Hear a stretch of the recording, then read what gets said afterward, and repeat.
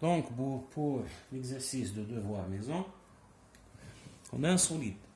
Il a proposé une vue selon cette direction. Donc, qu'est-ce qu'il demande? Il demande une vue de face, une vue de dessus ou bien une vue horizontale. Et avec ça, il demande une vue de gauche.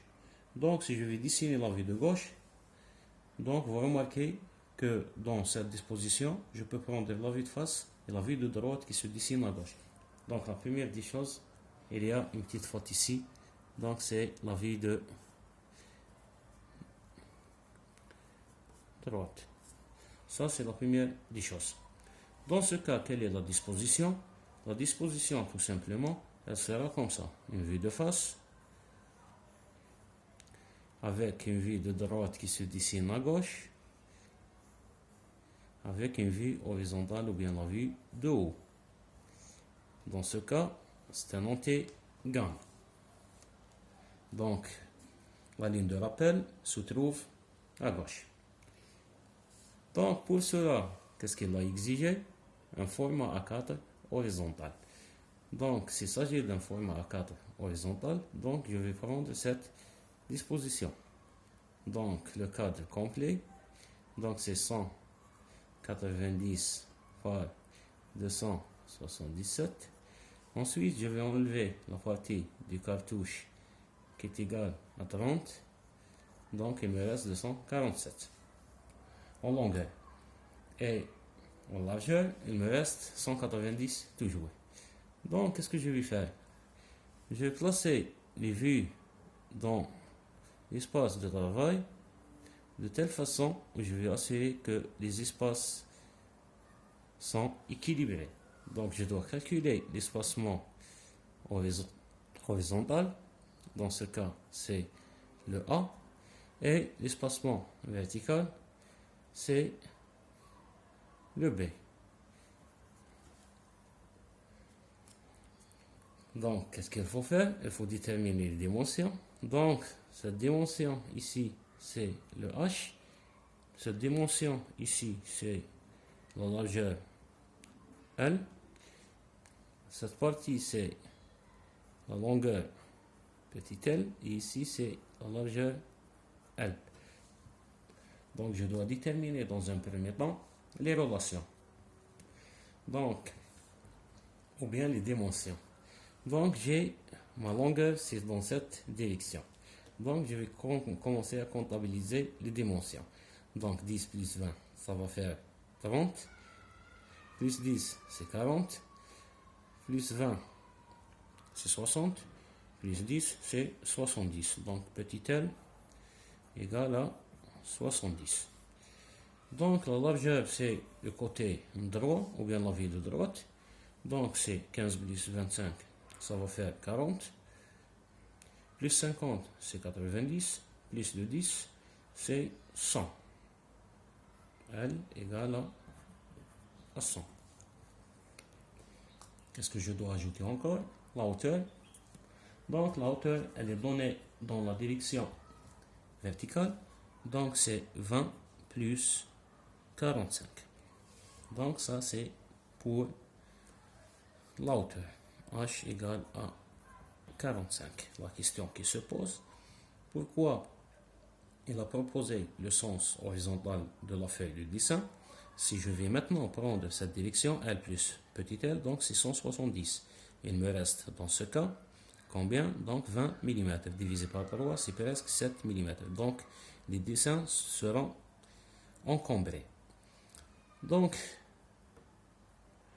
je vais écrire la formule. Donc, dans la direction longitudinale, j'ai 247. Qui est égal à quoi?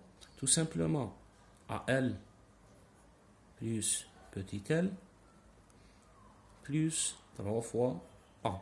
Ça va donner que le A égale tout simplement à 247 moins la longueur, c'est 70 moins 100 divisé par 3. Et dans la direction verticale, donc c'est 190 qui est égal à quoi? À H plus L plus 3b. Ça va donner un b qui est égal tout simplement à 190 moins 100 moins 45 divisé par 3. Donc je vais maintenant calculer les dimensions. Donc pour le A c'est 247 moins 70, il me reste 77 divisé par 3, c'est 26 mm. Donc 190 moins 145, il me reste 45. Donc divisé par 3, c'est 15 mm. Ça c'est pour les cadres de dessin. Donc qu'est-ce que je peux ajouter à ça? Donc je peux parler des faces à dessiner. Maintenant, je vais commencer à partir de la vue de face et je vais colorer les régions qui vont apparaître directement ou bien les contours visibles. Donc j'ai ce rectangle qui va être apparent. Je vais le colorer en vert. J'ai ce rectangle ou bien cette arête qui va s'aperçu dans le premier plan, donc je dois encore colorer ça. Donc j'ai le vide ici qui va donner une surface pleine, donc je vais colorer de même façon ça. Donc il s'agit d'un contour qui est visible. Et de même façon ce contour ici et ce contour ici. Donc en réalité, combien je vais avoir? Donc dans mon dessin, je vais avoir 5 petits rectangles qui forment un grand rectangle. Qu'est-ce que je peux avoir avec ça? Donc le rectangle qui est en bas, ou bien le pied. Donc il est dans toute la longueur de la pièce. Donc tout simplement, je vais dessiner en bas un rectangle de 15 par la longueur de 70. Donc je vais passer au troisième niveau. Qu'est-ce que je vais avoir? Cette forme de U qui possède cette petite partie ici, elle sera apparente, comme ça. Et ce rectangle incliné qui va s'apparaître sous forme d'un rectangle déformé dans la vue de face. Ça, c'est la première des choses. Est-ce que je peux avoir d'autres détails qui s'ajoutent, qui sont visibles? Non. Ça, c'est la totalité des surfaces visibles dans la vue de face. Qu'est-ce que je peux ajouter à ça? Des détails qui sont cachés. Le premier détail qui va être caché, donc c'est ce point, ou bien cette ligne tout simplement. Elle sera cachée. En parallèle, c'est cette ligne qui est cachée. Donc je vais avoir deux lignes cachées dans cette position, donc sur ce plateau seulement. Donc si je vais les déplacer, ils vont être dans cette position dans le dessin final. Donc dans cette partie et dans cette position. Donc la deuxième chose qui va être cachée, donc c'est cette arête, ou bien ce point singulier. Si je vais le déplacer dans le sens transversal, je vais avoir une position ici de 5 mm, c'est 20 moins 15. Donc dans cette position, je vais avoir de même façon une ligne cachée le long de la pièce. Qu'est-ce que je vais ajouter à ça? J'ai deux enlèvements sous forme cylindrique ou bien un trou débouchant. Donc j'ai un axe de révolution dans cette position et un axe de révolution dans cette position. Donc si je vais compléter ce chemin et descendre d'une façon verticale, vous allez voir que les deux cylindres possèdent le même axe de révolution. Donc je vais utiliser un crayon pour mieux voir les choses. Donc c'est cette direction et cette direction. Donc les deux cylindres sont parallèles. Donc le rayon de cylindre, c'est le diamètre divisé par 2. Donc c'est 10. Donc 10 à droite et 10 à gauche. Et de même façon, en haut, Donc 20, c'est 10 à droite et 10 à gauche. Donc si je vais translater ce rayon, il va être dans cette position. Donc j'ai un axe d'évolution et deux enlèvements de 10, 10 de lignes cachées. Ça, c'est pour la vue de face.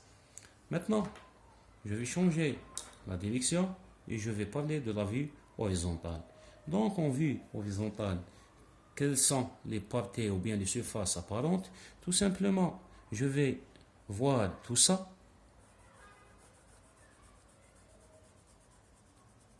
Ou bien le premier plateau qui est en avant.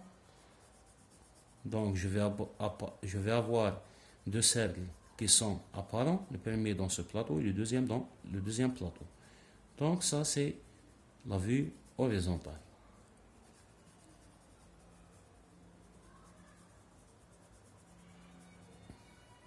Qu'est-ce que je peux ajouter à ça?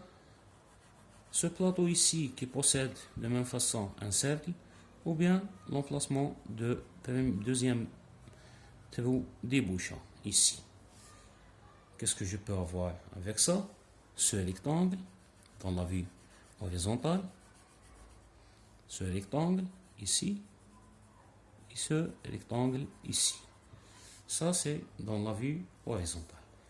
Donc, qu'est-ce qu'il y a comme détail à ajouter? Le premier détail à ajouter, c'est cette arête. Donc, elle est cachée en bas. Donc, si je vais la translater verticalement, je vais avoir ce point. Donc, si je veux vérifier ce point, vous remarquez la chose suivante. Donc, cette arête va être dessinée avec ce segment et ce segment. Donc, si je vais monter en haut, donc de même façon, je vais avoir ce segment et ce segment. Donc, pas la peine de dessiner cette arête. Pourquoi?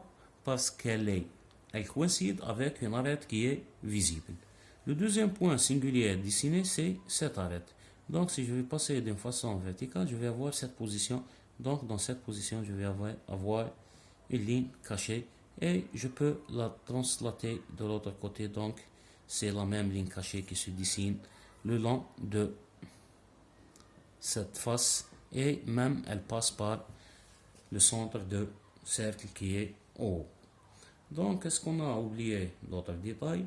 Non, ça c'est la totalité des vues observées dans notre dessin, dans la vue horizontale. Donc, une ligne cachée et le reste il est apparent. Donc, ça c'est pour les deux vues. Donc, en vert c'est la vue de face et en marron j'ai dessiné la vue horizontale. Donc, il reste la vue de droite. Donc, dans la vue de droite, je vais voir ça. Donc, ce contour, il sera apparent.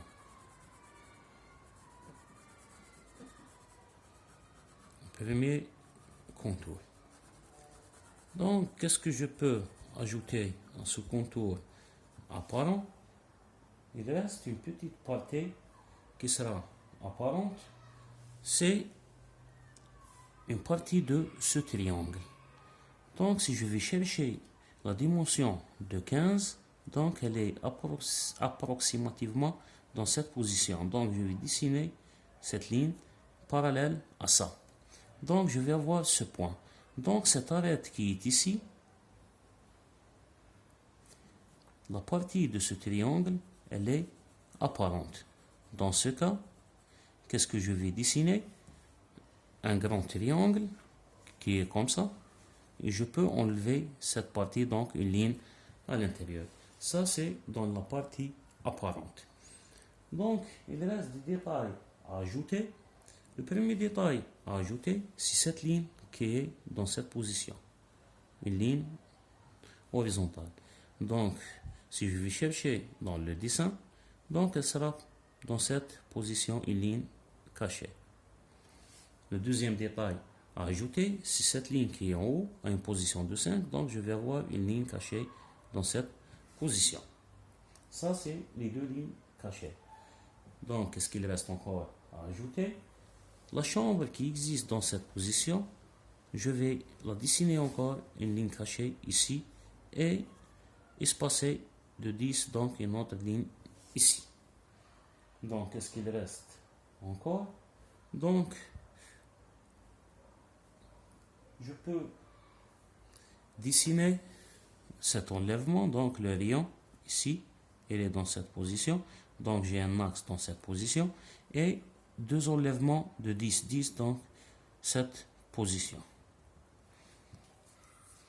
Avec ça, je peux dessiner cette ligne qui est cachée jusqu'au haut, sauf cette partie qui est apparente, donc je vais avoir quelque chose qui va être comme ça. Et elle a une intersection ici. Donc ça c'est un contour caché. Donc il me reste un seul détail, c'est ce rayon qui est ici et son axe de révolution. Donc l'axe il est dans cette position, un enlèvement de 10 ici, une ligne cachée, et un enlèvement de 10 dans cette partie qui est cachée, donc jusqu'au pied ou bien à la sortie. Comme ça, on peut définir la vue de droite. Donc, dans la prochaine vidéo, on va essayer de dessiner ça sur un format A4.